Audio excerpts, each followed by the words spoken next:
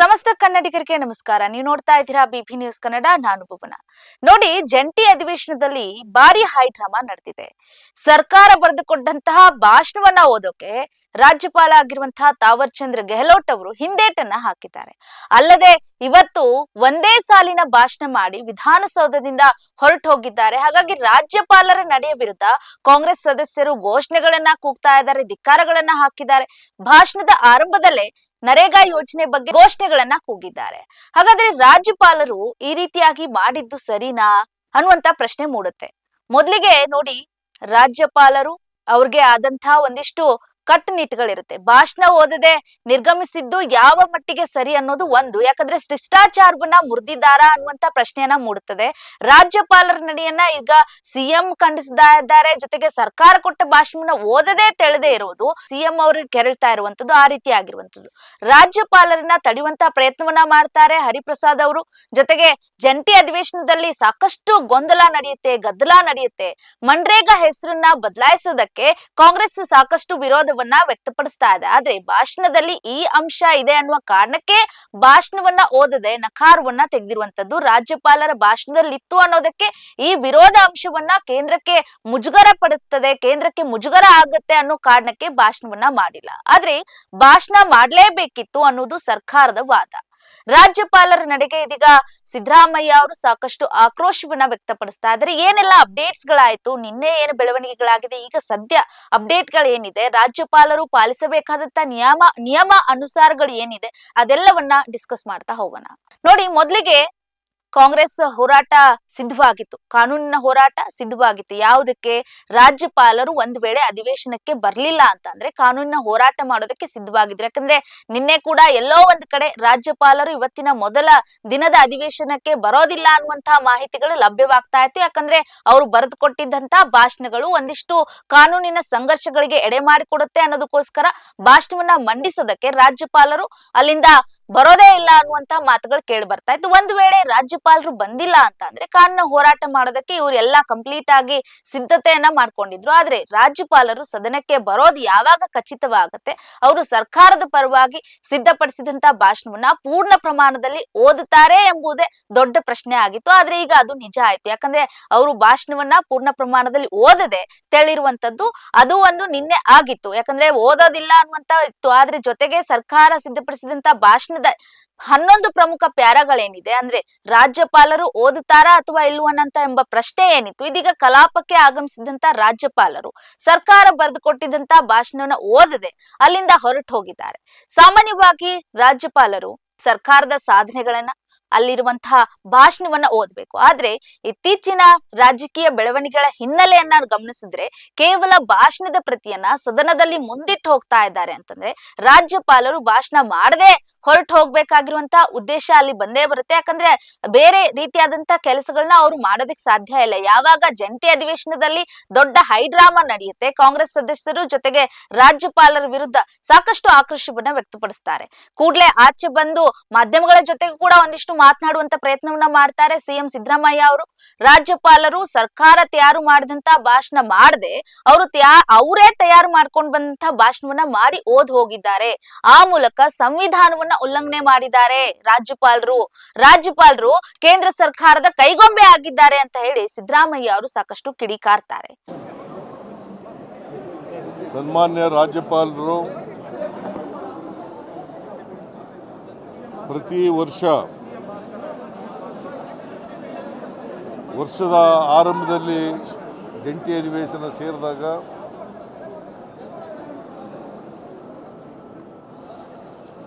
ಮತ್ತು ಹೊಸ ಸರ್ಕಾರ ಬಂದಾಗ ಜಂಟಿ ಅಧಿವೇಶನ ಉದ್ದೇಶಿಸಿ ಭಾಷಣ ಮಾಡ್ತಕ್ಕಂಥದ್ದು ಸಂವಿಧಾನದ ರೀತಿಯ ರಾಜ್ಯಪಾಲರ ಕರ್ತವ್ಯ. ಆರ್ಟಿಕಲ್ 176, 163 ಬಹಳ ಸ್ಪಷ್ಟವಾಗಿ ಹೇಳ್ತದೆ, ರಾಜ್ಯಪಾಲರು ಅವರು ತಯಾರು ಮಾಡಿದಂಥ ಭಾಷಣವನ್ನು ಓದಾಗಿಲ್ಲ. ಕ್ಯಾಬಿನೆಟ್ ಏನು ಪ್ರಿಪೇರ್ ಮಾಡಿಕೊಡ್ತದೆ, ಸರ್ಕಾರದ ಸಚಿವ ಸಂಪುಟ ಏನು ತಯಾರು ಮಾಡ್ತದೆ ಭಾಷಣ, ಆ ಭಾಷಣವನ್ನು ಓದಲೇಬೇಕು. ನೋಡಿ, ರಾಜ್ಯಪಾಲರು ಜಂಟಿ ಅಧಿವೇಶನದಲ್ಲಿ ಸರ್ಕಾರ ಬರೆದುಕೊಟ್ಟಂತಹ ಭಾಷಣವನ್ನ ಓದದೆ ತಾವೇ ತಯಾರಿಸಿದಂತಹ ಭಾಷಣ ಓದಿದ್ದಕ್ಕೆ ಇವರಿಗೆ ಸಾಕಷ್ಟು ಕೋಪ ಬಂದಿದೆ. ಆದ್ರೆ ಕೇಂದ್ರಕ್ಕೆ ಅವಮಾನ ಆಗದೆ ಇರುವಂತ ನಿಟ್ಟಿನಲ್ಲೂ ಕೂಡ ಅವರು ಜವಾಬ್ದಾರಿಯನ್ನ ತೆಗೆದುಕೊಳ್ಬೇಕಾಗತ್ತೆ. ರಾಜ್ಯಪಾಲರು ಒಂದೇ ಲೈನ್ ನಲ್ಲಿ ಭಾಷಣ ಮಾಡಿ ವಿಧಾನಸೌಧದಿಂದ ಹೊರಟು ಹೋಗ್ತಾರೆ. ಬೆನ್ನಲ್ಲೇ ಮಾಧ್ಯಮಗಳ ಜೊತೆ ಇವರೆಲ್ಲರೂ ಮಾತನಾಡ್ತಾರೆ, ಎಷ್ಟು ಗದ್ದಲ ನಡೆಸ್ತಾರೆ, ಗಲಾಟೆಯನ್ನ ಮಾಡ್ತಾರೆ. ರಾಜ್ಯಪಾಲರು ಸಂವಿಧಾನಕ್ಕೆ ವಿರೋಧವನ್ನ ಮಾಡ್ತಾ ಇದ್ದಾರೆ, ಸಂವಿಧಾನವನ್ನ ಅಗೌರವ ತೋರಿದ್ದಾರೆ ಅಧಿವೇಶನಕ್ಕೆ, ಹಂಗೆ ಹಿಂಗೆ ಎಷ್ಟು ಗಲಾಟೆ ಮಾಡ್ತಾರೆ.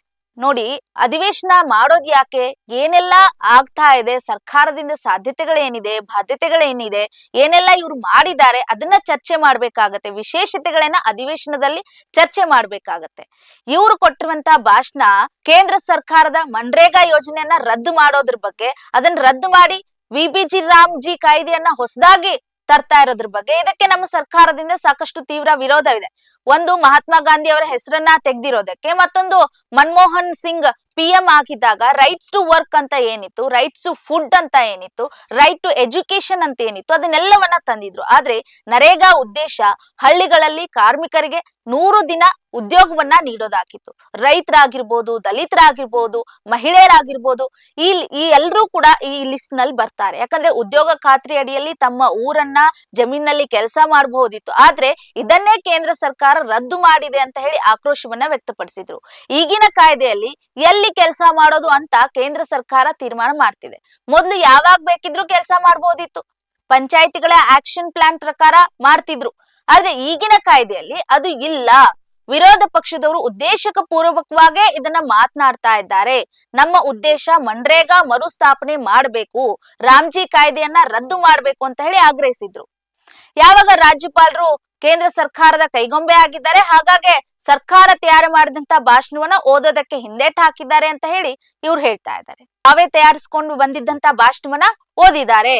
ಆ ಮೂಲಕ ಅವರು ಸಂವಿಧಾನ ಉಲ್ಲಂಘನೆಯನ್ನ ಮಾಡಿದ್ದಾರೆ, ಸಂವಿಧಾನದ ವಿರುದ್ಧವಾಗಿ ನಡೆದುಕೊಂಡಿದ್ದಾರೆ, ಜನಪ್ರತಿನಿಧಿಗಳ ಸಭೆಗೆ ಅವಮಾನ ಆಗಿದೆ. ಈ ಸಂಬಂಧ ನಮ್ಮ ಸರ್ಕಾರ, ಪಕ್ಷ, MLA MLCಗಳು ಕಾನೂನು ಹೋರಾಟ ಮಾಡ್ತೀವಿ ಅಂತ ಹೇಳಿದ್ದಾರೆ. ಯಾಕೆ ಮಾಡ್ಲಿಲ್ಲ ಅನ್ನುವಂತ ಒಂದು ಪ್ರಶ್ನೆ ಇರುತ್ತೆ. ಓಕೆ, ಈ ಬಗ್ಗೆ ಇನ್ನಷ್ಟು ಚರ್ಚೆನ ಮಾಡೋದಕ್ಕೆ ನಮ್ಮ ಜೊತೆಗೆ ಬಿಜೆಪಿ ವಕ್ತಾರರಾಗಿರುವಂತಹ BV ಗಣೇಶ್ ಅವರಿದ್ದಾರೆ. ಅವ್ರನ್ನ ಮಾತನಾಡಿಸ್ತಾ ಹೋಗೋಣ. ಸರ್, ಅದೇ ಈಗ ಸಂವಿಧಾನದಲ್ಲಿ ಏನು ವಿಧಾನಸೌಧದಲ್ಲಿ ಅಧಿವೇಶನದಲ್ಲಿ ಸಾಕಷ್ಟು ಗಲಾಟೆ ನಡೀತಾ ಇರುವಂತದ್ದು, ಇದಕ್ಕೆ ಸಂವಿಧಾನ ಉಲ್ಲಂಘನೆ ಮಾಡಿದ್ದಾರೆ, ಸಂವಿಧಾನ ವಿರೋಧವಾಗಿ ನಡ್ಕೊಂಡಿದ್ದಾರೆ ಅನ್ನುವಂತ ಮಾತು. ಸರ್, ಏನ್ ಹೇಳ್ತೀರಾ? ಸಂವಿಧಾನ ವಿರೋಧಿ ಅನ್ನೋ ಪದಕ್ಕೆ ಅರ್ಥವೇ ಇರೋದಿಲ್ಲ. ಯಾಕೆ ಅಂತಂದ್ರೆ ರಾಜ್ಯ ಸರ್ಕಾರ ಮತ್ತೆ ಕೇಂದ್ರ ಸರ್ಕಾರಗಳು ಸಮನ್ವಯದಿಂದ ಯಾವಾಗ್ಲೂ ಅಭಿವೃದ್ಧಿ ಚಿಂತನೆಗಳನ್ನ ಮಾಡಬೇಕು.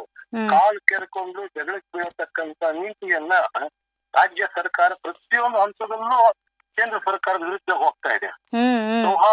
ಸೌಹಾರ್ದ ಮನೋಭಾವ ಅನ್ನತಕ್ಕಂತ ಪದಗಳಿಗೆ ರಾಜ್ಯ ಸರ್ಕಾರ ತಿಲಾಂಜಲಿ ಇಟ್ಟಿದೆ. ಅದು ಮಾತಾಡಿದ್ರೆ ದ್ವೇಷ ಮತ್ತೆ ರೋಷ ಮತ್ತೆ ಏನೋ ಒಂದು ರೀತಿ ಕೆಟ್ಟ ಸಂಪ್ರದಾಯದಲ್ಲಿ ಮಾತಾಡ್ತಿರೋದ್ರಿಂದ ಪ್ರತಿಯೊಂದರಲ್ಲೂ ಕೊಂಕು ತೆಗೆದು ಜಗಳಕ್ಕಿಳಿಯುವ ನೀತಿ ಅನುಸರಿಸ್ತಾ ಇರೋದ್ರಿಂದ ಇದಾಗಿದೆ. ಆಮೇಲೆ ಕೇಂದ್ರ ಸರ್ಕಾರದಲ್ಲಿ ಏನಾದ್ರೂ ಇವರಿಗೆ ಗೊಂದಲಗಳಿದ್ದರೆ ಅಥವಾ ಏನಾದ್ರೂ ಕ್ಲಾರಿಫಿಕೇಶನ್ ಬೇಕಿದ್ರೆ ಕೇಳಬಹುದು. ಅದು ಬಿಟ್ಟ ಕೇಂದ್ರ ಸರ್ಕಾರಗಳನ್ನ ತೆಗೆತಕ್ಕಂತ ಪದಗಳನ್ನ ಅಳವಡಿಸಿ ಅದನ್ನ ಭಾಷಣದಲ್ಲಿ ಓದಿಸಿ ರೆಕಾರ್ಡ್ ಹೋಗೋ ರೀತಿಯಲ್ಲಿ ಮಾತನಾಡಿಸಿ ಒಂದ್ ರೀತಿ ಸಂವಿಧಾನವನ್ನೇ ಇಕ್ಕಟ್ಟಿಗೆ ಸಿಕ್ಸತಕ್ಕಂತ ನೀತಿಯನ್ನ ಅನುಸ್ತಾ ಇರೋದು ರಾಜ್ಯ ಸರ್ಕಾರ. ಯಾಕೆ ಅಂತಂದ್ರೆ ಒಬ್ಬ ರಾಜ್ಯಪಾಲರು ಕೂಡ ತಮ್ಮ ಏನ್ ಹೇಳ್ಬೇಕು, ಯಾರನ್ನ ಯಾವ ರೀತಿ ಹೇಳ್ಬೇಕು ಅನ್ನತಕ್ಕಂತ ವ್ಯವಧಾನ ಇದೆ, ಒಂದು ನೀತಿ ಇರುತ್ತೆ. ನಾವು ಬರ್ಕೊಟ್ಟಂಗೆ ಹೇಳ್ಬೇಕು ಅನ್ನತಕ್ಕಂತ ನೀತಿಯನ್ನ ಅನುಸರಿಸ್ತಾ ಇರೋದು ಕೇಂದ್ರ ಸರ್ಕಾರದ ಕೊಳಕುತನ, ಇದು ರಾಜ್ಯ ಸರ್ಕಾರದ ಕೊಳಕುತನ ನೀತಿ. ಸರ್, ಎಲ್ಲ ಒಂದ್ ಕಡೆ ಈಗ ನೋಡಿ, ನರೇಗಾ ಉದ್ದೇಶ ಏನಾಗಿತ್ತು, ಹಳ್ಳಿಗಳಲ್ಲಿ ಕಾರ್ಮಿಕರಿಗೆ 100 ದಿನ ಉದ್ಯೋಗ ಕೊಡ್ಬೇಕಂತಿತ್ತು, ರೈತರಿಗೆ, ದಲಿತರಿಗೆ ಅಲ್ಲಿ ಉದ್ಯೋಗ ಖಾತ್ರಿ ಆಗ್ಬೇಕು ಅನ್ನೋದಿತ್ತು. ಆದ್ರೆ ಅದನ್ನೇ ಈಗ ಕೈ ಬಿಟ್ಟಿದ್ದಾರೆ ಅನ್ನೋದು ಅವರ ಒಂದು ವಾದ. ಸರ್ ಮೇಡಮ್ ನಾವು ಹೆಸರನ್ನ ಬದಲಾವಣೆ ಮಾಡಿರತಕ್ಕಂಥದ್ದು ಒಂದು ವಿನಃ ಬಿಟ್ರೆ ಯಾವುದೇ ನೀತಿಗಳನ್ನ ಬದಲಾವಣೆ ಮಾಡಿಲ್ಲ. ನೀವು ಯಾವಾಗ್ಲೂ ಕೂಡ ಒಬ್ಬ ಮನುಷ್ಯ ತನಗೆ ಬುದ್ಧಿ ಬಂದಾಗ ಒಂದು ಹೆಸರನ್ನ ತನ್ನ ಇಷ್ಟಕ್ಕೆ ಬದಲಾಯಿಸ್ಕೊಳ್ತಾನೆ. ಅಂದ್ರೆ ಮನುಷ್ಯ ವ್ಯಕ್ತಿತ್ವ ಬದಲಾಗಲ್ಲ. ಹಾಗಾಗಿ ನಾವು ಆ ಹೆಸರಲ್ಲಿ ಸಾಕಷ್ಟು ದುರುಪಯೋಗ, ಅವ್ಯವಹಾರ, ಸಾಕಷ್ಟು ಇದ್ದಂತ ಜಾಬ್ ಕಾರ್ಡ್ಗಳನ್ನ ಅದನ್ನೇ ಉಪಯೋಗಿಸ್ಕೊಂಡು ಹೋಗ್ತಿದ್ರೆ ಹೊರತು ಒಂದು ಅಪ್ಡೇಟ್ ಮಾಡ್ಲಿಕ್ಕೆ ಅಥವಾ ಏನ್ ಅವ್ಯವಹಾರ ಆಗ್ತಿದೆ ಅದು ತಡೆಗಟ್ಟಲಿಕ್ಕೆ ಮತ್ತೊಂದು ಒಳ್ಳೆ ವ್ಯವಸ್ಥೆ ತರಲಿಕ್ಕೆ ಹೆಸರನ್ನು ಬದಲಾಯಿಸಿದೀವಿ ಅಷ್ಟೇನೆ. ನಾವು ಅದರಲ್ಲಿರ್ತಕ್ಕಂಥ ನೀತಿಗಳನ್ನಾಗಲಿ ಸವಲತ್ತುಗಳನ್ನಾಗಲಿ ಎಲ್ಲೂ ಇದು ಮಾಡಿಲ್ಲ. ಆಮೇಲೆ 100 ದಿವಸಗಳ ಇದ್ದಂತ ಉದ್ಯೋಗ ಖಾತ್ರಿಯನ್ನು 125 ದಿವಸ ಕೊಟ್ಟಿದ್ದೀವಿ. ಆಮೇಲೆ ನಿಮಗೆ ಏನಾದ್ರೂ ಅಸಮಾಧಾನ ಇದ್ದರೆ ಏನಾಗಿದ್ದರೆ ಹೀಗ್ ಮಾಡಿ ಅಂತ ಹೇಳಿ ನೀವು ಪ್ರತಿಯೊಂದು ಕಾಲ ಕರ್ಕೊಂಡು ಜಗಳಕ್ಕೆ ಬೀಳೋ ನೀತಿಯನ್ನು ಅನುಸರಿಸ್ತಿದ್ರೆ ಎಷ್ಟು ದಿವಸ ಅಂತ ನೀವೇನ್ ಶಾಶ್ವತವಾಗಿರ್ತಾರೆ? ಕೇಂದ್ರ ಸರ್ಕಾರ ವ್ಯವಸ್ಥೆ ಶಾಶ್ವತವಾಗಿರ್ಬೇಕಲ್ವಾ? ವ್ಯವಸ್ಥೆಗೆ ಪೂರಕವಾದಂತ ನೀತಿಗಳನ್ನ ಅಳವಡಿಸ್ಕೊಂಡು ನೀವು ಸಲಹೆ ಕೊಡಿ. ಅವ್ರೀಗ ಆರೋಪ ಏನ್ ಮಾಡ್ತಾರಂದ್ರೆ ರಾಜ್ಯಪಾಲರು ಕೇಂದ್ರ ಸರ್ಕಾರದ ಕೈಗೊಂಬೆ ಆಗಿದ್ದಾರೆ ಅಂತ ಹೇಳಿ ಸಿಎಂ ಸಿದ್ದರಾಮಯ್ಯ ಅವರು ಕಿಡಿಕಾರ್ತಿದ್ದಾರೆ. ಈಗ ಕಾಂಗ್ರೆಸ್ ಹೈಕಮಾಂಡ್ ಸಿದ್ದರಾಮಯ್ಯನವ್ರ ಕೈಗೊಂಬೆ ಆಗಿದೆಯೋ? ಕಾಂಗ್ರೆಸ್ ಹೈಕಮಾಂಡ್ ಸಿದ್ದರಾಮಯ್ಯನವ್ರ ಕೈಗೊಂಬೆ ಆಗಿದೆಯೋ? ಯಾರ ಕೈಗೊಂಬೆ? ಅದೆಲ್ಲ ಬಾಯಿ ಬಂದಂಗ್ ಮಾತಾಡೋದು ಅವ್ರ ವ್ಯಕ್ತಿತ್ವಕ್ಕೆ ಸ್ಥಾನಮಾನಕ್ಕೆ ತಕ್ಕಂತ ಗೌರವ ಅಲ್ಲ. ಕೈಗೊಂಬೆ ಆಗಿದ್ದಾರೆ, ಅವ್ರ ಅಡಿಯಾಳಾಗಿದ್ದಾರೆ, ಇದೆಲ್ಲ ಏನೋ ಮಾತಾಡ್ಬೇಕು ಅಂತ ಮಾತಾಡಬಾರ್ದು. ಒಂದು ರೀತಿ ಪ್ರಬುದ್ಧತೆಯಿಂದ ಮಾತಾಡಿದಾಗ ಇದೆಲ್ಲ ಚಿಕ್ಕ ಮಕ್ಕಳು ಆಡ್ತಾರೆ. ಗುಲಾಮ್ ಆಗ್ಬಿಟ್ಟವನೆ, ಕೈಗೊಂಬೆ ಆಗ್ಬಿಟ್ಟವನೆ, ಅವ್ರು ಹೇಳ್ದಂಗೆ ಕೇಳ್ತಾನೆ, ಅವ್ನ್ ಸ್ವಂತ ಬುದ್ಧಿ ಇಲ್ಲ. ಇದೆಲ್ಲ ಸ್ಥಾನಮಾನಕ್ಕೆ ವ್ಯಕ್ತಿತ್ವಕ್ಕೆ ಉಪಯೋಗಿಸತಕ್ಕಂತ ಮಾತಲ್ಲ ಮೇಡಮ್. ಯಾಕೆ ಅಂತಂದ್ರೆ ರಾಜ್ಯ ಸರ್ಕಾರ, ಕೇಂದ್ರ ಸರ್ಕಾರ ಎರಡು ಸಾರ್ವಜನಿಕರ ಹಿತದೃಷ್ಟಿಯಿಂದ, ದೇಶದ ಹಿತದೃಷ್ಟಿಯಿಂದ ಸರ್ಕಾರಗಳಿವೆ ಹೊತ್ತು ವೈಯಕ್ತಿಕ ಪ್ರತಿಷ್ಠೆ ಅಲ್ಲ. ಏನ್ ತಪ್ಪಿದೆ ಹೇಳಿ, ಮನ್ರೇಗಾದಲ್ಲಿ ಏನ್ ತಪ್ಪು ಮಾಡಿದ್ರೆ ಹೇಳಿ, ಇಂತಿಂತ ತಪ್ಪು ಮಾಡಿದ್ರೆ ಅಂತ ಹೇಳಿ ಹಕ್ಕಿಲ್ವಾ? ಅದು ಬಿಟ್ಟು ಅಭಿನ್ನ ಹೋಗಿ ಅದಕ್ಕೊಂದು ವಿಶೇಷ ಅಧಿವೇಶನ ಕರೆದು ಅದಕ್ಕೊಂದು ರಾಜ್ಯಪಾಲರ ಭಾಷಣದಲ್ಲಿ ಹೇಳ್ತಿ ಅದು ರೆಕಾರ್ಡ್ ಮಾಡಿಸಿ ಏನ್ ಇದು ಚೇಷ್ಟೆ ಇದ್ರಿಂದು ಹೌದು ನಿಜ. ಅದಕ್ಕೋಸ್ಕರ ವಿಶೇಷ ಅಧಿವೇಶನ ಕರೆಯುವಂತ ಅವಶ್ಯಕತೆ ಇರುತ್ತೆ. ಏನ್ ದೊಡ್ಡ ವಿಚಾರನೇ ಟ್ರಂಪ್ ಮೇಲೆ ಯುದ್ಧಾಡ್ದಂಗ್ ಆಡ್ತಾರಲ್ಲ ಇವ್ರು ರಾಜ್ಯ ಸರ್ಕಾರದವರು. ಅಲ್ಲ, ಇನ್ನು ಸಮಯ ಇತ್ತು ಅದ್ರ ಬಗ್ಗೆ ಡಿಸ್ಕಷನ್ ಮಾಡ್ಬೋದಿತ್ತು. ಮೊದಲನೇ ದಿನಾನೇ ನರೇಗಾ ಯೋಜನೆ ಬಗ್ಗೆ ಮಾತನಾಡ್ಬೇಕು ಅಂತಂದ್ರೆ ಅವ್ರಿಗೂ ಕೂಡ ಕಷ್ಟ ಆಗುತ್ತಲ್ಲ. ಸ್ವಲ್ಪ ಕಾಮನ್ ಸೆನ್ಸ್ ಬೇಡವಾ? ಅವ್ರ ಹೆಸರು ಬದಲಾಯಿಸಿದೀವಿ, ಅದು ಜಗಜ್ಜಾಹಿತರಾಗಿದೆ. ಅದ್ರಲ್ಲಿ ಏನೋ ನೀತಿ ಏನ್ ಬದಲಾಯಿಸಿದೀವಿ ಹೇಳಿ. ಹೌದು ಹೇಳಿ, ನೀವು ನಿಮ್ಗೆ ಹಕ್ಕಿದೆ ಹೇಳಲಿಕ್ಕೆ. ಅದು ಬಿಟ್ಟು ಕಾಲ್ ಕೆರ್ಕೊಂಡು ಮಾತಾಡಕ್ ಬಂದ್ರೆ ಜಗಳ ಆಡಕ್ ಬರ್ತಿರಲ್ಲ ನೀವು. ನಿಮ್ಮ ನೀತಿನೇ ಅದು. ಯಾವ್ದು ನಿಮ್ದು ಪಾಸಿಟಿವ್ ಥಿಂಕಿಂಗ್? ಎಲ್ಲರೂ ಒಂದು ದಿನ ಕೇಂದ್ರ ಸರ್ಕಾರದ ಜೊತೆ ಸೌಹಾರ್ದತೆಯಿಂದ ಮಾತಾಡಿ ಇರ್ತಕ್ಕಂಥ ಒಂದು ವಿಚಾರ ಹೇಳ್ರಿ, ಒಂದು ವಿಷಯ ಹೇಳಿ. ಹಾಗಾದ್ರೆ ನೀವು ಯಾವ ದೇಶದಿಂದ ಬಂದವರು, ಎಲ್ಲಿದ್ದವರು ನೀವು? ಹೌದು, ಅಡಿಯಾಳಾಗಿದ್ದಾರೆ, ಕೈಗೊಂಬೆ, ಇದೆಲ್ಲ ಕೈಯಲ್ಲಿ ಹಾಕಿರೋ ಮಾತುಗಳು ಮೇಡಮ್. ಎಲ್ಲ ಸಣ್ಣ ತರದ ಮಾತುಗಳು. ಸರಿ, ಒಬ್ಬ ಅಧಿಕಾರದಲ್ಲಿ ವ್ಯವಸ್ಥೆಯಲ್ಲಿ ಒಂದು ನಾಯಕನಾದಂತ ವ್ಯಕ್ತಿಯ ಲಕ್ಷಣಗಳಲ್ಲ ಇದು. ಸುಮ್ನೆ ಜಸ್ಟ್ ಟೈಮ್ ಪಾಸ್, ಏನೋ ವಿಷಯ ಹೇಳಿದ್ರೆ ಚರ್ಚೆ ಆಗತ್ತೆ ಬಿಡೋ, ಗಾಳಿ ಸುದ್ದಿ ಚರ್ಚೆ ಆಗ್ಲಿ ಬಿಡೋ ಅನ್ನೋ ರೀತಿ ಬೇಜವಾಬ್ದಾರಿತನ ಮನೋಭಾವದ ಮಾತಾಗಿರೋದ್ರಿಂದ ಕೇಂದ್ರ ಸರ್ಕಾರ ಒಂದು ಉತ್ತಮ ನೀತಿಯನ್ನು ರೂಪಿಸ್ಲಿಕ್ಕೆ ಹೊರಟಿದೆ. ಉತ್ತಮ ನೀತಿಯನ್ನು ರೂಪಿಸಿದೆ. ಅದ್ರಲ್ಲಿ ಏನಾದ್ರೂ ಲೋಪದೋಷಗಳು ಇಲ್ಲ ಅಂತ ಯಾರು ಹೇಳಲಿಕ್ಕಾಗಲ್ಲ. ಇದ್ದರೆ ಇದು ರಾಜ್ಯದ ಜನತೆಗಾಗಿ, ರಾಷ್ಟ್ರದ ಜನತೆಗಾಗಿ ಮಾಡಿದಂತ ಒಂದು ಉದ್ದೇಶ. ರಾಜಕೀಯ ಪಕ್ಷಗಳಿಗೆ ಮಾಡಿದ ನೀತಿ ಅಲ್ಲ ಇದು. ಈಗ ಎಲ್ಲ ಒಂದ್ ಕಡೆ ಸರ್ಕಾರ ಮತ್ತೆ ಕೇಂದ್ರ ಸರ್ಕಾರದ ಮಧ್ಯೆ ರಾಜ್ಯಪಾಲರು ಸಿಗಾಕೊಂಡಿದಾರ ಅಂತ ರಾಜ್ಯಪಾಲರು ಹೇಳ್ತಾರೆ. ಅವ್ರಿಗೂ ವೈಯಕ್ತಿಕ ಅಭಿಪ್ರಾಯ ಇದೆಯಲ್ಲ ಮೇಡಮ್. ವೈಯಕ್ತಿಕ ಅಭಿಪ್ರಾಯ ಇದೆಯಲ್ಲ ಮೇಡಮ್. ಮನೆಯಲ್ಲೂ ವೈಯಕ್ತಿಕ ಅಭಿಪ್ರಾಯ ಇಲ್ವಾ? ವ್ಯವಸ್ಥೆಯಲ್ಲಿ ಅಭಿಪ್ರಾಯ, ಭಿನ್ನಾಭಿಪ್ರಾಯಗಳು ವ್ಯಕ್ತಿಗತವಾಗಿ ವ್ಯವಸ್ಥೆಯಲ್ಲಿ ಸಹಜ. ಆದ್ರೆ ನೀವು ಬಲವಂತವಾಗಿ ಬರೆದು ಕೊಟ್ಟು ಹೀಗೆ ಹೇಳ್ಬೇಕು, ಹೀಗೆ ಮಾಡ್ಬೇಕು ಅನ್ನತಕ್ಕಂಥ ನೀತಿ ಇದೆಯಲ್ಲ, ಇದು ಒಂದು ರೀತಿ ದಬ್ಬಾಳಿಕೆ ನೀತಿ ರಾಜ್ಯ ಸರ್ಕಾರದ್ದು. ನೀವು ಹೋಗ್ತೀರಾ, ಒಂದು ಮನೆಯಲ್ಲೂ ಕೂಡ ಅಭಿಪ್ರಾಯ, ಭಿನ್ನಾಭಿಪ್ರಾಯ ವ್ಯವಸ್ಥೆಯಲ್ಲಿ ಸಹಜ. ನಾನು ಕೇಂದ್ರ ಸರ್ಕಾರದ ವಿರುದ್ಧವಾಗಿ ಹೇಳಲಿಕ್ಕೆ ಬರಲ್ಲಪ್ಪ. ಇದು ರಾಜ್ಯದ ಜನತೆಗೆ, ರಾಷ್ಟ್ರದ ಜನತೆಗೆ ಮಾಡಿರತಕ್ಕಂಥ ಕೇಂದ್ರ ಸರ್ಕಾರದ ಯೋಜನೆ.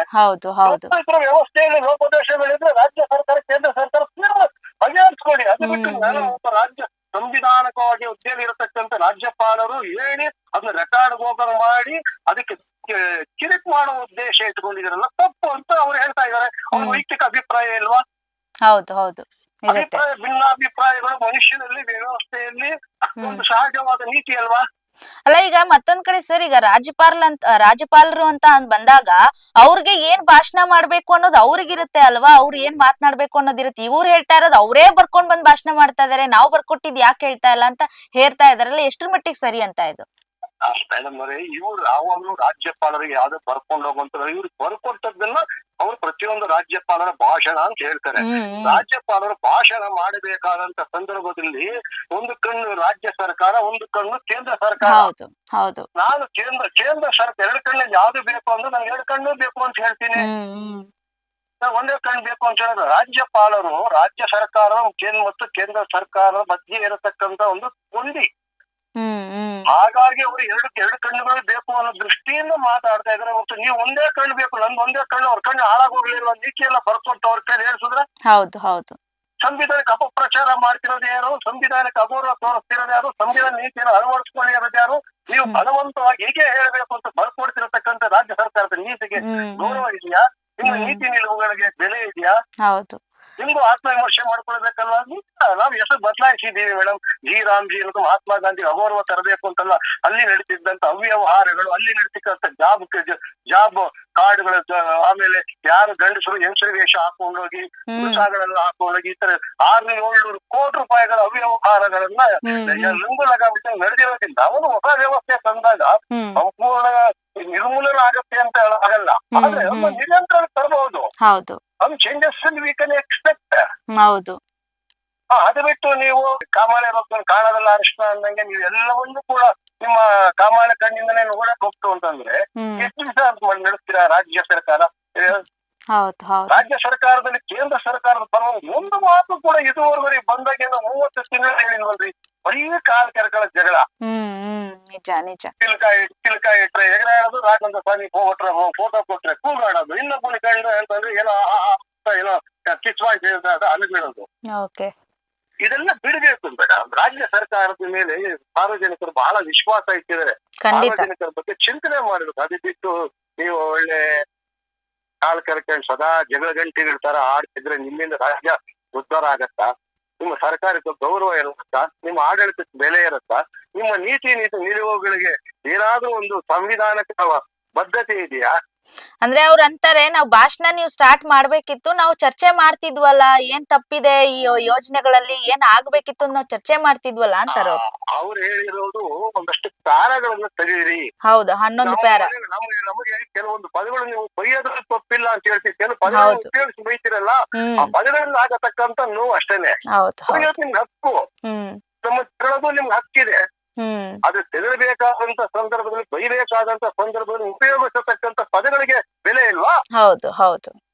ನೀನ್ ಸರಿಯಾದ ಅನ್ನಕ್ಕೂ ನೀನು ಅಯೋಗ್ಯನ ತರ ಹೋಗ್ತೀಯಲ್ಲ, ನೀನು ಮನುಷ್ಯನ ಕರ್ತನ ಅನ್ನೋ ವ್ಯತ್ಯಾಸ ಅಲ್ವಾ? ಹೌದು ಹೌದು ಸರ್. ಹಾಗಾಗಿ ನಿಮ್ಮ ಮಾತುಗಳ ನಡವಳಿಕೆಗಳನ್ನ ಬದಲಾಯಿಸಿಕೊಂಡರೆ ವ್ಯವಸ್ಥೆಗೆ ಗೌರವ, ನಿಮ್ಮ ವ್ಯಕ್ತಿತ್ವಕ್ಕೂ ಗೌರವ, ರಾಜ್ಯ ಸರ್ಕಾರದ ಆಡಳಿತಕ್ಕೆ ಗೌರವ. ಇಲ್ಲ ಅಂತಂದ್ರೆ ಹುಚ್ಚರ ಕೈಯಲ್ಲಿ ದೊಣ್ಣೆ ಕೊಟ್ಟದಂಗೆ ಆಗತ್ತಷ್ಟೇ. ಯಾವಾಗ ಹೊಡಿತಾರೆ, ಯಾರು ಹೊಡಿತಾರೋ ಗೊತ್ತಾಗಲ್ಲ. ನಿಜ ನಿಜ. ಹಿಂಗೆ ಹೊಡ್ಕೊಂಡು ಹೋಗ್ತಾ ಇರ್ತಾರೆ ಅಂತ ನನ್ನ ಅನಿಸಿಕೆ madam. Okay, thank you sir ತಮ್ಮೆಲ್ಲ ಮಾಹಿತಿಗಾಗಿ. ಇಷ್ಟೊತ್ತು ನಮ್ ಜೊತೆಗೆ ಮಾತನಾಡಿದ್ರೆ ಧನ್ಯವಾದ. ಎಸ್, ನೋಡಿ, ಬಿಜೆಪಿ ವಕ್ತಾರರು ಗಣೇಶ್ ಅವರು ಮಾತನಾಡಿದ ಪ್ರಕಾರ ನೀವು ಬನ್ನಿ, ಏನ್ ಸಮಸ್ಯೆ ಇದೆ ಹೇಳಿ, ಏನ್ ತಿದ್ದುಪಡಿ ಮಾಡ್ಬೇಕು ಹೇಳಿ. ಅದ್ರ ಬದಲು ನೀವು ಬರೀ ಹೆಸರನ್ನ ಚೇಂಜ್ ಮಾಡಿದಕ್ಕೆ ಇಷ್ಟು ನಿಮ್ಗೆ ಕೋಪ ಬರುತ್ತೆ, ಇಷ್ಟು ಅಗೌರವ ಮಾಡ್ತಾರೆ, ಹಂಗೆ ಹಿಂಗೆ ಡ್ರಾಮಾ ಮಾಡ್ತೀರಿ. ರಾಜ್ಯಪಾಲರು ಎಲ್ಲವನ್ನೂ ನೋಡ್ಬೇಕಾಗತ್ತೆ. ಕೇಂದ್ರ ಸರ್ಕಾರದ ಗಮನವನ್ನು ಅವ್ರು ನೋಡ್ಬೇಕು. ಇಲ್ಲಿ ರಾಜ್ಯ ಸರ್ಕಾರದಲ್ಲಿ ಏನ್ ಆಗ್ಬೇಕು, ಸರ್ಕಾರಕ್ಕೆ ಏನ್ ಸಾಧ್ಯತೆ ಇದೆ ಅದನ್ನು ಅವ್ರ ಗಮನದಲ್ಲಿ ಇಟ್ಕೊಂಡು ಭಾಷಣ ಮಾಡ್ಬೇಕಾಗತ್ತೆ. ಮೊದಲೇ ನೀವು ಭಾಷಣದಲ್ಲಿ ಬಂದ ತಕ್ಷಣನೇ ನಾವು ಹೇಳ್ಕೊಟ್ಟಿದೆ ಬರಿಬೇಕು ಅನ್ನೋದು ಎಷ್ಟರ ಮಟ್ಟಿಗೆ ಸರಿ ಅನ್ನೋದು ಅವರ ವಾದ. ಎಸ್, ಈ ಬಗ್ಗೆ ಇನ್ನು ಕಾಂಗ್ರೆಸ್ ವಕ್ತಾರರಾಗಿರುವಂತ ಅನಿಲ್ ಅವರನ್ನ ಮಾತನಾಡಿಸ್ತಾ ಹೋಗೋಣ. ಹೈಡ್ರಾಮಾ ವಿಚಾರದ ಬಗ್ಗೆ, ಅವರ ಒಂದು ಈ ಚರ್ಚೆ ಬಗ್ಗೆ ಏನ್ ಹೇಳ್ತಾರೆ ನೋಡ್ತಾ ಹೋಗೋಣ. ಸರ್, ಈಗ ಅದೇ ನಾವು ನೋಡ್ತಾ ಇದ್ವಿ, ವಿಧಾನಸೌಧದಲ್ಲಿ ಸಾಕಷ್ಟು ಹೈಡ್ರಾಮಾ ನಡೀತಾ ಇದೆ. ಏನು ಕಲಾಪಕ್ಕೆ ಆಗಮಿಸಿದಂತ ರಾಜ್ಯಪಾಲರು ಸರ್ಕಾರ ಬರೆದುಕೊಟ್ಟಿದ್ದ ಭಾಷಣ ಓದದೆ ಅಲ್ಲಿಂದ ಹೋಗಿದ್ದಾರೆ ಅನ್ನುವಂಥದ್ದು ನಿಮ್ಗೂ ಗೊತ್ತಿರತ್ತೆ. ಸೊ ಏನಂತ ಅಂದ್ರೆ ಇದ್ರ ಬಗ್ಗೆ ಏನ್ ಮಾತನಾಡಕ್ ಇಷ್ಟಪಡ್ತೀರಾ ಸರ್? ಇದೊಂದು ಮೇಡಮ್ ಅಸಂವಿಧಾನಿಕ ನಡೆ ಮೇಡಮ್ ರಾಜ್ಯಪಾಲರದು. ಈ ಒಕ್ಕೂಟ ವ್ಯವಸ್ಥೆಯಲ್ಲಿ ಎಲ್ಲಾ ರಾಜ್ಯಗಳು ತಮ್ಮ ತಮ್ಮ ಸ್ವಾಯತ್ತತೆಯನ್ನ ಕಾಪಾಡ್ಕೊಳ್ಳಿಕ್ಕೋಸ್ಕರ ರಾಜ್ಯಪಾಲ ಒಂದು ಸಾಂವಿಧಾನಿಕ ಹುದ್ದೆನ ನಾವು ಕಾಪಾಡ್ಕೊಂಡ್ ಬಂದಿದ್ದೀವಿ. ಇವರು ಯಾವ್ದೋ ಒಂದು ಪಕ್ಷದ ಕೈಗೊಂಬೆಯಾಗಿ ವರ್ತಿಸ್ತಾ ಇರೋದು ತುಂಬಾ ದುಃಖದ ವಿಚಾರ ಇದು. ಅಲ್ಲ ಸರ್, ಅವ್ರು ಕೇಂದ್ರದ ನಡೆಯನ್ನು ಕೂಡ ನೋಡ್ಬೇಕಾಗತ್ತಲ್ಲ, ಕೇಂದ್ರ ಸರ್ಕಾರದ ಬಗ್ಗೆನು ಚಿಂತನೆ ಮಾಡ್ಬೇಕಾಗತ್ತೆ. ನೀವು ಕೊಟ್ಟಿರುವಂತಹ ಭಾಷಣ ದ್ವೇಷ ಭಾಷಣ ಅಂತ ಅಂತಾರ ಅವರು. ಅಲ್ಲ, ಪ್ರೂವ್ ಆಗ್ಬೇಕಲ್ವಾ ಅದನ್ನ. ಅದಕ್ಕೆ ನೋಡಿ, ಅದನ್ನ ಹೇಳ್ಲಿಕ್ಕೆ ಇವ್ರು ಯಾರು? ನೋಡಿ ಅದಕ್ಕೆ ಅದು ದ್ವೇಷ ಭಾಷಣನೋ ಇಲ್ಲ ಒಂದು ಒಳ್ಳೆ ಭಾಷಣನೋ ಅಭಿವೃದ್ಧಿ ಭಾಷಣನೋ ಹ್ಮ್ ಒಂದು ಒಳ್ಳೆ ಸಾರ್ವಜನಿಕ ಉದ್ದೇಶ ಇಟ್ಕೊಂಡು ಅಭಿವೃದ್ಧಿ ಕಾರ್ಯಕ್ರಮಗಳಿರುವಂತ ಭಾಷಣ ಅಂತ ನಿರ್ಧಾರ ಮಾಡೋರು ಯಾರು? ಹ್ಮ್ ರಾಜ್ಯಪಾಲರು ಅಲ್ಲ. ಹ್ಮ್ ಕಾನೂನು ಪ್ರಕಾರ ಹೋರಾಟ ಮಾಡಿದಾಗ ಹ್ಮ್ ನಾವು ಕೋರ್ಟ್ಗೆ ಹೋಗ್ಬೇಕಾಗುತ್ತೆ. ಇದಕ್ಕೆ ಸುಪ್ರೀಂ ಕೋರ್ಟ್ ಮಧ್ಯ ಪ್ರವೇಶ ಮಾಡ್ಬೇಕಾಗುತ್ತೆ. ಹ್ಮ್ ಇಡೀ ಒಕ್ಕೂಟ ವ್ಯವಸ್ಥೆ ಇದುವರೆಗೂ ಕರ್ನಾಟಕ ರಾಜ್ಯದ ಇತಿಹಾಸದಲ್ಲಿ ಯಾವೊಬ್ಬ ರಾಜ್ಯಪಾಲರು ಕೂಡ ಹ್ಮ್ ಇಂತಹ ಒಂದು ದುರ್ನಡತೆಯನ್ನ ತೋರಿಸಿಲ್ಲ. ಸರ್, ಸಾಮಾನ್ಯವಾಗಿ ರಾಜ್ಯಪಾಲರ ಕೆಲಸ ಏನು? ಸರ್ಕಾರದ ಸಾಧನೆಗಳನ್ನ ಭಾಷಣವಾಗಿ ಓದ್ಬೇಕನ್ನೋದಲ್ಲ ಸರ್. ಮೇಡಮ್, ಅದು ಒಂದು ಸಂವಿಧಾನಿಕ ಹುದ್ದೆನ ಘನತೆಗೆ ಗೌರವನ ಗೊತ್ತಿದ್ರೆ ಮೇಡಮ್, ಭಾಷಣ ಏನು ಅಂತ ಪೂರ್ತಿ ಓದವ್ರ ಅವ್ರು ಹೋಗ್ಲಿ ಪರ್ಸನಲ್ ಆಗಿ ಓದವ್ರ? 11 ಪ್ಯಾರಾಗ್ರಾಫ್ ಇದೆಯಲ್ಲ ಸರ್, ಇದೆ ನರೇಗಾ ಯೋಜನೆ ಆಗಿರ್ಬೋದು, ಮತ್ತೆ ಏನು ರಾಮ್ಜಿ ಅವ್ರ ಇದನ್ನ ಬಿಡಬೇಕು ಅನ್ನೋದು ತಾನೇ ಉತ್ಸವ ನಿಮ್ದು. ಮೂರ್ತಿ ತರ ಬಂದು ವಿಧಾನಸೌಧದಲ್ಲಿ ಉತ್ಸವ ಮೂರ್ತಿ ತರ ಬಂದು ಹೋಗ್ತಾರಲ್ಲ, ಹ್ಮ್ ಇವ್ರಿಗೆ ಯಾಕೆ ನಮ್ ತೆರಿಗೆ ಹಣದಲ್ಲಿ ಇವ್ರಿಗೆ ಯಾಕೆ ನಾವು ಸಂಬಳ ಕೊಡ್ಬೇಕು? ಹ್ಮ್ ಹ್ಮ್ ಇವ್ರನ್ನ ರನ್ ಮಾಡ್ತಾ ಇರೋದು ನಮ್ಮ ತೆರಿಗೆ ಹಣದಲ್ಲಿ ಮೇಡಮ್. ಹ್ಮ್ ಒಕ್ಕೂಟ ವ್ಯವಸ್ಥೆ ಮಾರಕ ಅಲ್ವಾ ಇದು? ಹ್ಮ್ ಈಗಾಗಲೇ ನಮ್ಗೆ ರಾಜ್ಯಕ್ಕೆ ಬರ್ಬೇಕಾದಂತ 2018 ನಮ್ ರಾಜ್ಯಕ್ಕೆ ಬರ್ಬೇಕಾದ GST ಪಾಲಾಗ್ಲಿ ತೆರಿಗೆ ಪಾಲಾಗ್ಲಿ ಯಾವ್ದು ಬರ್ತಾ ಇಲ್ಲ. ಹ್ಮ್ ಅದು ರಾಜ್ಯಪಾಲರ ಗಮನಕ್ಕೆ ಬಂದಿಲ್ವಾ? ಹಂಗಾರೆ ಅಲ್ಲ ನೀವು ನರೇಗಾ ಬಗ್ಗೆ ವಿಚಾರಗಳು ಮಾತ್ರ ಹೇಳ್ತಾ ಇವ್ರಲ್ಲ ಇವ್ರು, ಹ್ಮ್ ಮೀಡಿಯಾ ಆಗ್ಲಿ ಮತ್ತೆ ರಾಜ್ಯಪಾಲರಾಗ್ಲಿ. ಹ್ಮ್ ರಾಜ್ಯಕ್ಕೆ ಆಗಿರೋ ಅನ್ಯಾಯದ ಬಗ್ಗೆ ಯಾಕೆ ಮಾತಾಡ್ತಾ ಇಲ್ಲ ಅವರು? ಹಂಗಿತ್ತು ಅಂದ್ರೆ ಮಾತಾಡ್ತಿದ್ರಲ್ಲ ಸರ್ ಅವರು. ಅವ್ರ ಅದ್ರ ಬಗ್ಗೆ ಹೇಳ್ತಾ ಇಲ್ಲ, ನೀವು ಚರ್ಚೆ. ಕರ್ನಾಟಕದ ಇತಿಹಾಸದಲ್ಲಿ ಇಂತ ಒಂದು ದುಸ್ಥಿತಿಯ ರಾಜ್ಯಪಾಲ ಅಂತ ನಾವಂತೂ ನೋಡಿಲ್ಲ, ಓದೂ ಇಲ್ಲ. ಹ್ಮ್ ಇವರು ಕರ್ನಾಟಕದ ಇತಿಹಾಸಕ್ಕೆ ಒಂದು ಕಪ್ಪು ಚುಕ್ಕಿಯಾಗಿ ಉಳ್ಕೊಂಡ್ರಿ. ಈಗ ಬಿಜೆಪಿ ವಕ್ತಾರ ನಮ್ ಜೊತೆಗ್ ಮಾತನಾಡಿದ್ರು. ಅವ್ರ ಏನ್ ಹೇಳ್ತಾರಂತಂದ್ರೆ, ಬರೀ ಮನ್ರೇಗಾ ಯೋಜನೆನ ನಾವ್ ರದ್ದು ಮಾಡಿಲ್ಲ, ಅದ್ರ ಬದಲಾಗಿ ಬೇರೆ ಹೆಸರಲ್ಲಿ ತಂದಿದೀವಿ, ಅದಕ್ಕಿಂತ ಒಳ್ಳೆ ಸೌಲಭ್ಯಗಳನ್ನ ನಾವ್ ಅದ್ರೊಳಗಡೆ ಇಟ್ಟಿದೀವಿ. ಆದ್ರೆ ಇವ್ರಿಗೆ ಸುಮ್ನೆ ಗಲಾಟೆ ಮಾಡ್ಬೇಕು, ಸುಮ್ನೆ ಏನೋ ಒಂದ್ ಹೈ ಡ್ರಾಮಾ ಮಾಡ್ಬೇಕು ಅನ್ನುವಂಥದ್ದು ವಾದ ಆಗಿತ್ತು ಅವ್ರದ್ದು. ಮೇಡಮ್, ಜನಪ್ರತಿನಿಧಿಗಳಾಗಿ ಡ್ರಾಮಾ ಮಾಡ್ಲಿಕ್ಕೆ ವಿಧಾನಸೌಧಕ್ಕೆ ಹೋಗ್ಬೇಕಾಗಿಲ್ಲ. ಇಲ್ಲಿ ಜನರ ಕಷ್ಟಗಳನ್ನ ಶಾಸ್ತ್ರ ರೂಪಿಸಕ್ಕೆ ಜನಪ್ರತಿನಿಧಿಗಳು ಶಾಸಕರಾಗಿ ಆಯ್ಕೆ ಆಗಿರೋದು. ಆ ಬಿಜೆಪಿ ವಕ್ತಾರಂಗೆ ತಲೆ ಬಿಡ ವಾಟ್ಸ್ಆಪ್ ಯೂನಿವರ್ಸಿಟಿ ಓದ್ಕೊಂಡ್ ಬಂದಿರ್ಬೇಕು. ನರೇಗಾನ ಪೂರ್ತಿ ಮನ್ರೇಗಾನ ಚೇಂಜ್ ಮಾಡೋರು ರಾಮ್ಜಿ ಅಂತ ಚೇಂಜ್ ಮಾಡಿದ್ದಾರೆ. ಅದು ಯಾವ್ಯಾವ ಐಟಮ್ಗಳಿದಾವೆ ಏನಿದಾವೆ ಅಂತ ಪೂರ್ತಿ ಓದೋರ ಕೇಳಿ ಅವರು. ತೆಂಗು ಮತ್ತು ಅಡಿಕೆ ಮತ್ತು ಬಾಳೆಗೆ ತೋಟಗಾರಿಕೆ ಇಲಾಖೆಯಲ್ಲಿ ಬರ್ತಾ ಇದ್ದಂತ ಮನ್ರೇಗಾ ಅನುದಾನ ಕಡಿತಗೊಳಿಸವ್ರೆ. ಬಾಳೆ ಬೆಳೆಗೆ ಪ್ರೋತ್ಸಾಹನ ಎಲ್ಲಿ ಬರುತ್ತೆ? ಮತ್ತೆ ಎಕ್ಸ್ಟೆಂಡ್ ಆಗದ ಹೆಂಗೆ? ತೋಟಗಾರಿಕೆ ಇಲಾಖೆ ಸರ್ಕಾರದ ತಾನೇ ಎಕ್ಸ್ಟೆಂಡ್ ಆಗೋದು. ಹೌದು. ಈ ಕನಿಷ್ಠ ಜ್ಞಾನನೂ ಇಲ್ದಾರ ಈ ವ್ಯಕ್ತಿಗಳು ಬಿಜೆಪಿ ಹೋಗ್ತಾರ ಅಂತ ಹೇಳ್ಕೊಂಡು ಸೋಗ್ಲಾಡಿಗಳು ಮೇಡಮ್. ಅವರು ವಾಟ್ಸ್ಆಪ್ ಯೂನಿವರ್ಸಿಟಿ ಬುದ್ಧಿವಂತರವರು. ಅವ್ರು ಜನಸಾಮಾನ್ಯರಿಗೆ ಏನಾಗ್ತಾ ಇದೆ ಪರಿಸ್ಥಿತಿ ಏನಂತ ಯೋಚನೆ ಮಾಡೋರ. ನೋಟ್ ಬ್ಯಾನ್ ಆದಾಗ ಎಷ್ಟು ಬಡ್ಕೊಂಡ್ರಿ ಅವರು. ನೋಟ್ ಬ್ಯಾನ್ ಆದಂತ ಒಂದೇ ಒಂದು ಒಳ್ಳೆ ಕೆಲಸ ಏನು ಅಂತ ಹೇಳಕ್ ಯೋಗ್ಯತೆ ಇಲ್ಲ ಅವ್ರಿಗೆ. ಮೇಡಮ್, ನಾವ್ ಯಾವ್ದೇ ಪಕ್ಷದ ವಕ್ತಾರನಾಗಿ ಮಾಡ್ತಾ ಇಲ್ಲ. ನಾನೊಬ್ಬ ಸಾಮಾನ್ಯ ಪ್ರಜೆಯಾಗಿ ನಮ್ಮ ರಾಜ್ಯದ ಕನ್ನಡ ದೇಶದ ಪ್ರಜೆಯಾಗಿ ನಾನು ಮಾಡ್ತಾ ಇರೋದು. ರಾಜ್ಯಪಾಲರ ನಡೆನ ನಾನು ವೈಯಕ್ತಿಕವಾಗಿ ತುಂಬಾ ಖಂಡಿಸ್ತೀನಿ ಮೇಡಮ್. ಇದ್ರಲ್ಲಿ ಯಾವುದೇ ಮುಚ್ಚುಮರೆ ಇಲ್ಲ ಮೇಡಮ್. ಈ ವಿಚಾರನ ರಾಜ್ಯ ಸರ್ಕಾರ ಸುಪ್ರೀಂ ಕೋರ್ಟ್ ಮಟ್ಟಕ್ಕೆ ತಗೊಂಡೋಗಿ ಅಂಗಳಿಕೆ ಹಾಕ್ಬೇಕು. ಇದನ್ನ ಒಕ್ಕೂಟ ವ್ಯವಸ್ಥೆಯಲ್ಲಿ ನಾವು ಎಷ್ಟು ಸ್ಟೇಟ್ ಗಳಿದಾವೆ, ಎಲ್ಲಾ ಸ್ಟೇಟ್ ಗಳು ಕೇಂದ್ರ ಅಂಡಲ್ ಬರ್ಬೇಕಂತಂದ್ರೆ ಎಲ್ಲಾರು ರಾಜ್ಯದ ಸ್ವಾಯತ್ತತೆನ ಕಾಪಾಡ್ಕೊಳ್ಳೋಕೋಸ್ಕರ ನಾವು ಹೋರಾಟ ಮಾಡ್ಬೇಕಲ್ವೇ? ಭಾಷಾ ವಿಚಾರದಲ್ಲೂ ಮೌನವಾಗಿರ್ತಾರೆ, ತೆರಿಗೆ ವಿಚಾರದಲ್ಲೂ ಮೌನವಾಗಿರ್ತಾರೆ. ಈಗ ಅಧಿವೇಶನ ನಡೀತಾ ಇದೆ, ಇವಾಗ್ಲೂ ಮೌನ ಆದ್ರೆ ಇದಕ್ಕೇನಂತ ಹೇಳ್ತಾರೆ ಉತ್ತರ ಮೇಡಮ್? ಅಲ್ಲ, ಉದ್ದೇಶ ಪೂರ್ವಕವಾಗಿ ಮಾತನಾಡ್ತಾ ಇದಾರೆ, ಪೂರ್ವಕವಾಗಿ ಮಾತಾಡಿರೋದು ಮೇಡಮ್. ಇದ್ರಲ್ಲಿ ನೋ ಮೋರ್ ಡೌಟ್ ಮೇಡಮ್. ಇವರು ಬಿಜೆಪಿಯ ಕೈಗೊಂಬೆ ಆಗಿದ್ದಾರೆ, ಕೇಂದ್ರ ಸರ್ಕಾರದ ಕೈಗೊಂಬೆ ಆಗಿ ಸರ್ಕಾರ ಪ್ರಶ್ನೆಗಳ ಅನುದಾನಗಳನ್ನ ಯಾವ ರೀತಿ ಏನು ಅಂತ ಹೇಳಲಿಕ್ಕೆ ಇವ್ರಿಗೆ ಮುಖ ಇಲ್ದೇನೆ, ನನ್ನ ಅಭಿಪ್ರಾಯ ವೈಯಕ್ತಿಕವಾಗಿ ಅವ್ರಿಗೆ ಬೇಸರ ಆಗಿ ಭಾಷಣ ಓದದೆ ಹೋಗಿರ್ಬೇಕು ಅಂತ. ಈಗ ರಾಮ್ಜಿ ಕಾಯ್ದೆನ ರದ್ದು ಮಾಡ್ಬೇಕು ಅನ್ನೋದೇನ್ ಆಗ್ರಹ ಇದೆ ಸರ್, ಅದರಿಂದ ಏನು ಉಪಯೋಗಗಳಾಗುತ್ತೆ ಅಂತ ಅವ್ರು ಯಾಕೆ ಅದ್ರ ಬಗ್ಗೆ ಮಾತನಾಡೋದಕ್ಕೆ ಇಷ್ಟ ಪಡ್ತಾ ಇಲ್ಲ? ಅದನ್ನ ಅವ್ರೇ ಪ್ರೆಸ್ ಮೀಟ್ ಮಾಡೋರ ಮೇಡಮ್ ರಾಜ್ಯಪಾಲರು? ಮೀಡಿಯಾದವ್ರಿಗೆ ಹೇಳೋರ? ಎಲ್ಲಾರು ಒಂದ್ ಪ್ರೆಸ್ ಮೀಟ್ ಮಾಡಿದಾರ? ಇಲ್ಲ. ಮತ್ತೆ ಮಾನ್ಯ ಪ್ರಧಾನ ಮಂತ್ರಿಗಳೇ ಪ್ರೆಸ್ ಮೀಟ್ ಮಾಡಲ್ಲ, ರಾಜ್ಯಪಾಲರು ಮಾಡಲ್ಲ. ಪ್ರೆಸ್ ಮೀಟ್ ಮಾಡ್ಬೇಕು ಅಂತ ಏನಾರ ಕಾನೂನು ಇದೆಯಾ? ಇಲ್ಲ. ಅವ್ರು ಮಾಡದೆ ಶಾಸನ, ಅವ್ರು ವಿಧಿಸದೆ ದಂಡ, ಆ ರೀತಿ ಆಗಿದೆ ಕೂಡ ವ್ಯವಸ್ಥೆಯಲ್ಲಿ. ಇದಿಷ್ಟು ಇವತ್ತಿನ ಒಂದು ಜಂಟಿ ಅಧಿವೇಶನದಲ್ಲಿ ನಡೆದಿರುವಂತಹ ಚರ್ಚೆಗಳು. ಒಟ್ನಲ್ಲಿ ಇವತ್ತು ಇನ್ನೇನು ಕಲಾಪ ಅಂತೂ ಆರಂಭ ಆಗುವಂತ ಸಮಯ. ಕಲಾಪವನ್ನ ಮುಂದೂಡ್ತಾರೆ, ಅಲ್ಲಿ ಕೂಡ ಮತ್ತೆ ಇವರು ಹಗ್ಗ ಜಗಟವನ್ನ ಮಾಡ್ತಾರೆ, ಕೂಗಾಟವನ್ನ ಮಾಡ್ತಾರೆ, ರಾದಂತವನ್ನ ಮಾಡ್ತಾರೆ. ಏನೆಲ್ಲ ಅಪ್ಡೇಟ್ಸ್ ಆಗುತ್ತೆ ಮುಂದಿನ ದಿನಗಳಲ್ಲಿ ನಾವು ಕೊಡ್ತಾ ಇರ್ತೀವಿ. ಅಲ್ಲಿವರೆಗೂ ನೋಡ್ತಾ ಇರಿ BB ನ್ಯೂಸ್ ಕನ್ನಡ. ಇದು ಕನ್ನಡಿಗರ ಪ್ರತಿಧ್ವನಿ.